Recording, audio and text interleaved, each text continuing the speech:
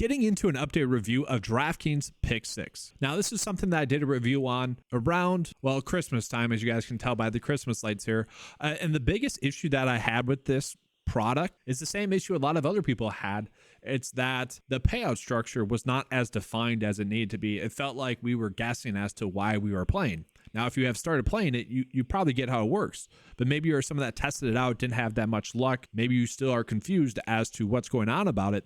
Well, I'm going to be retouching on that, letting you guys know that it is a pretty awesome site as it sits right now. It's probably my favorite sports book, if you will, but that's not exactly what it is. So real quickly, let's get into a recap of what I mentioned in this video. And it was kind of why are they doing this? And so I had this map pulled up of where DraftKings Pick6 is legal compared to where DraftKings Sportsbook is legal.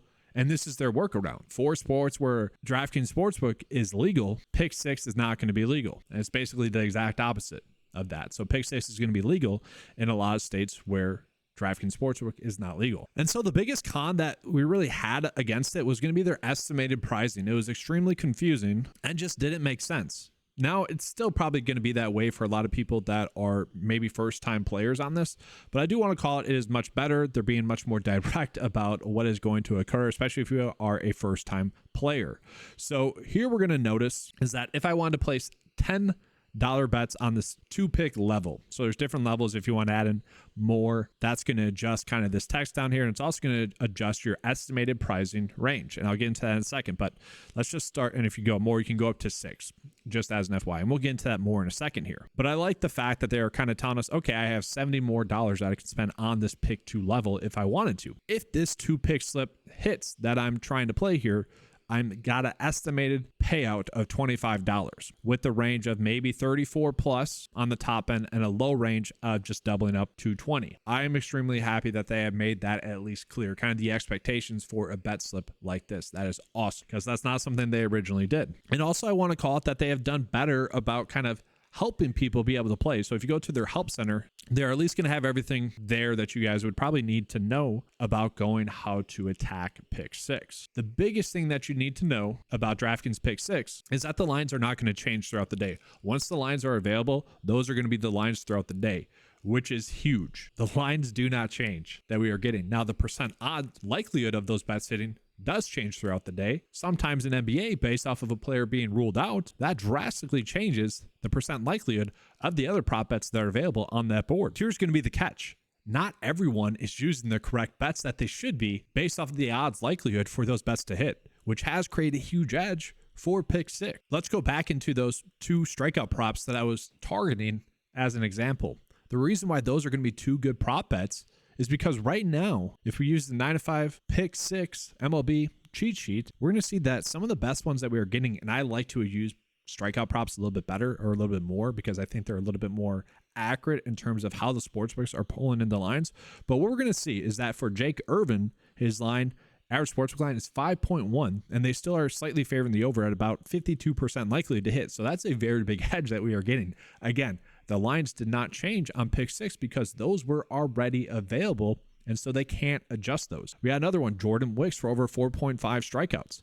This one has a 56.6% likelihood to hit, which is going to be based off of the average sportsbooks lines that are out there. And so again, that is not a line that should be available right now on any other sportsbook. And so that's why Pick6 really isn't a sportsbook. It's more of a DFS game that you are playing against everyone else. So a majority of people that are entering that contest for Pick6 should be playing probably these 2. Now we have another one down there for strikeouts as well. That's another good one. But like a majority of people should be playing these. But based off of the contest results that I've downloaded and looked through, man, it's like 20 to maybe 30% of people are using those, maybe. And on some nights, it's not as clear. And for MLB, it's going to be much different than the NBA. So NBA sometimes, and this is the cheat sheet right now for NBA for Pick6, sometimes for NBA players will be ruled out, which drastically changes who you should be on. And what I mean by that is a good example of that is going to be like Jalen Duren tonight. So Jalen Duren is currently listed as questionable. If Jalen Duren were to sit tonight,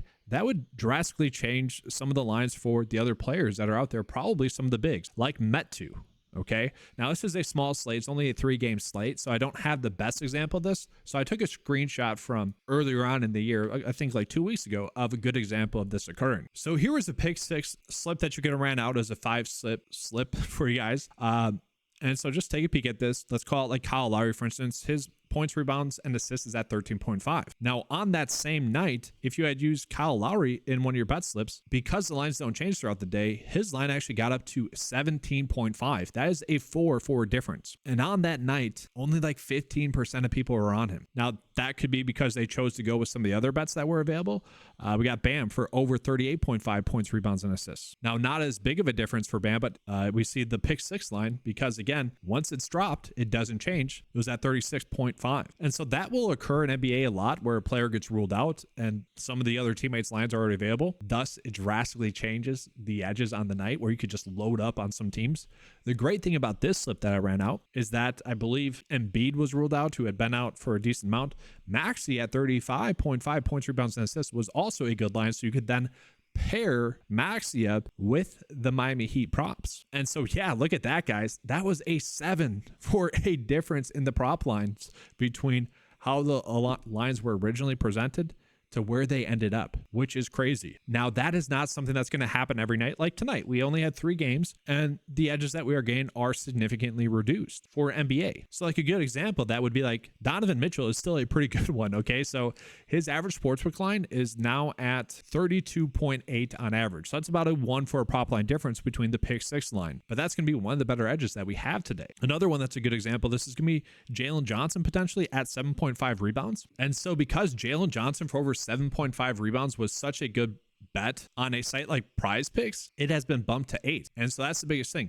PrizePicks has to bump those lines because you are playing against PrizePick, whereas Pick 6, you are playing against peers. So until everyone starts loading up on the correct bets on Pick 6, this is going to be a very big edge. Now, guys, that being said, it is NBA and stuff happens all the time where maybe a game blows out, maybe someone gets injured, and you could, by seemingly attacking really awesome bets, you could theoretically have a bad night or 2 mixed in there. That's going to occur. That's happened to me. Some of my worst nights have actually occurred on Pick 6 because I attack them more aggressively when there are pricing mistakes. That being said, literally my best nights betting happen on Pick 6 as well because of that, and because people are not taking advantage of those correctly or in the ways that they should. Because again, when we have those massive discounts or those massive edges, that can be huge in the long term. That's going to add up, especially with people not correctly attacking those. So let's jump back into that example that I had for Pick 6, guys. Right now, Jordan Wicks' line ended up at 5.5 on average on DraftKings. Jake Irvin ended up at minus 155 to get over 4.5.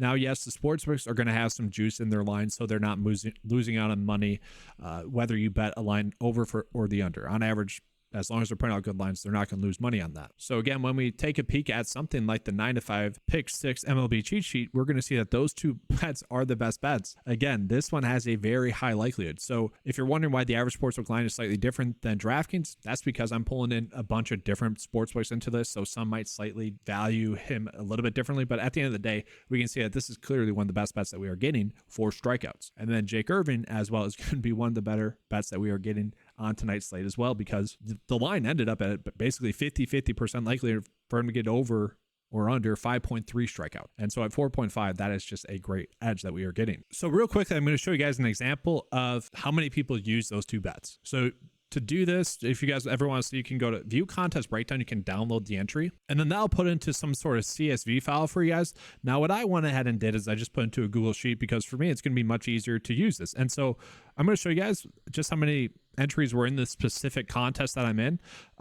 423. And I had to do some like little stuff to it just to kind of break it down. But let's go ahead and look at Jake Irvin. How many prop bets were on Jake Irvin just in general? We're going to see 1, 2, 3, 4, 5, 6, 7. 7 on him. Now, granted, some of these are going to be mine, but we can see actually 1, 2, 3 people, and those might even be my entries, are on that. 3 people out of over 400. That is insane. And now when we look at Wicks a little bit more, we're going to see 4 strikeouts, and let's just sort it by strikeouts. There's actually more people here that bet his under 4.5 strikeouts than his over. I mean, look at that. 1, 2, 3, 4. Again, that's 4 out of 400 bet his under. And we're seeing only about 2 people out of 400 had his over. That is insane, right? Like that is a huge edge and people just aren't betting it correctly. And maybe it's because someone like me hasn't put out a video kind of explaining how to go about attacking it properly. But guys, if you ever played on something like PrizePicks or Underdog, it's going to be the exact same strategy. So for something like PrizePicks, a lot of the times they're just going to bump prop bets up when they are good. That is just going to occur. Again, going into the Jalen Johnson example, his rebounds prop bet has bumped up to 8 on PrizePicks. It is no longer a good bet at 8, statistically speaking. So like, for example, at 8 rebounds now, Jalen Johnson only has about a 52.2% edge. That is not a good bet. You want it to be at least 54% or more. That's when you are gaining an edge on PrizePicks. On Pick6, again, that doesn't really matter because the lines do not change throughout the day. They just are the best bets that we have throughout the day are going to mostly be the best bets that we have throughout the day unless some injury news occurs. And again, that is where we can get a big edge on the day is like when someone gets ruled out or active, that can drastically change how a game is projected to play and everything like that. Now, for different sports, each strategy is going to be a little bit different. NFL, sure, if a player gets ruled out, for example, I think it was week 17, I think maybe Foreman got ruled out. Thus, like Khalil Herbert's rush prop was extremely low and he ended up crushing his over. Stuff like that's going to happen in the NFL and it just will. NBA, that stuff happens every night. Now, MLB, NHL, the differences in their lines are not going to be as crazy because they're not going to change due to someone getting ruled out, but maybe weather plays a role for like a line changing in an MLB or something like PGA. Weather can drastically change how props are projected to play in golf. And so we are constantly getting great edges that people aren't taking advantage of. And heck, I think another decent example of that is looking at something like this. So PrizePicks does something called demons or goblins props, which is basically a worse payout of a line that's not expected to hit. So an example of this is people just like to make bad bets because they don't really care. RJ Barrett, 100K people bet on him to get over 4.5 assists. This only had a 43% chance of hitting. And guess what? It did not hit. That just goes to show you that people are just going to make not smart bets. So if you can just continually make smart bets on something like Pick6, right now there's just a clear-cut edge. Now I worry that me putting out this video and telling everyone, hey, I got a tool that's going to give you an edge if you just play smart bets, I am actually very worried that that's going to hurt my profitability and everyone else on the website that's already like using that and gain that profitability. At the same time, I said I was going to do a follow-up video from the original video because I thought this would be something where we could get a big edge on, and we are gaining a current big edge on it. Now, again, I do want to recap a couple of things. So the pros are that there's a pretty big edge on this right now. People are not properly taking advantage of the prop bets that we're getting. The cons are going to be the fact that I think people eventually will start to learn how to play correctly. At the same time, I don't know if it's ever going to get over 50%. People just don't like to make good bets for whatever reason. I don't really know. It kind of blows my mind. But that is a worry, is that maybe we have to actually start using game theory to be as profitable as the current point in which people are profitable on PrizePicks or on Pick6 that are betting correctly. That is a concern that I have. But right now, as it sits, it is a very big edge, and it's kind of a clear-cut edge. Now, yes, if you guys are wondering about the tools that are available at 9to5sports.com for Pick6, I do have NBA and MLB currently available on there, which is going to highlight the best prop bets that are available on Pick6 that day. Because the lines don't change, I'm only updating this about 3 times per day, just as an FYI.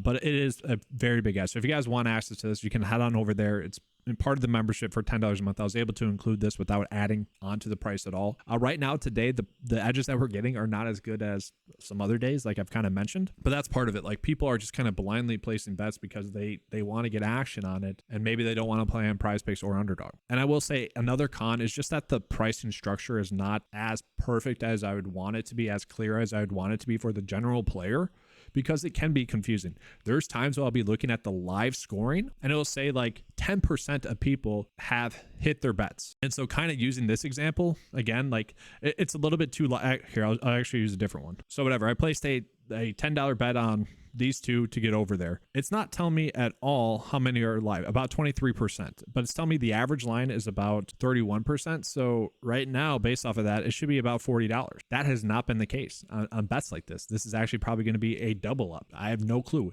And so that is a big con, is that we still don't know what we should be expecting based off of the live scoring. At the same time, I'm kind of willing to look past. I really don't care about the live scoring as it sits right now, as long as the payouts are still going to be good. Hopefully that was able to help you guys a little bit more in terms of like how to go about using Pick6 and attacking Pick6. I hope it wasn't confusing or more confusing.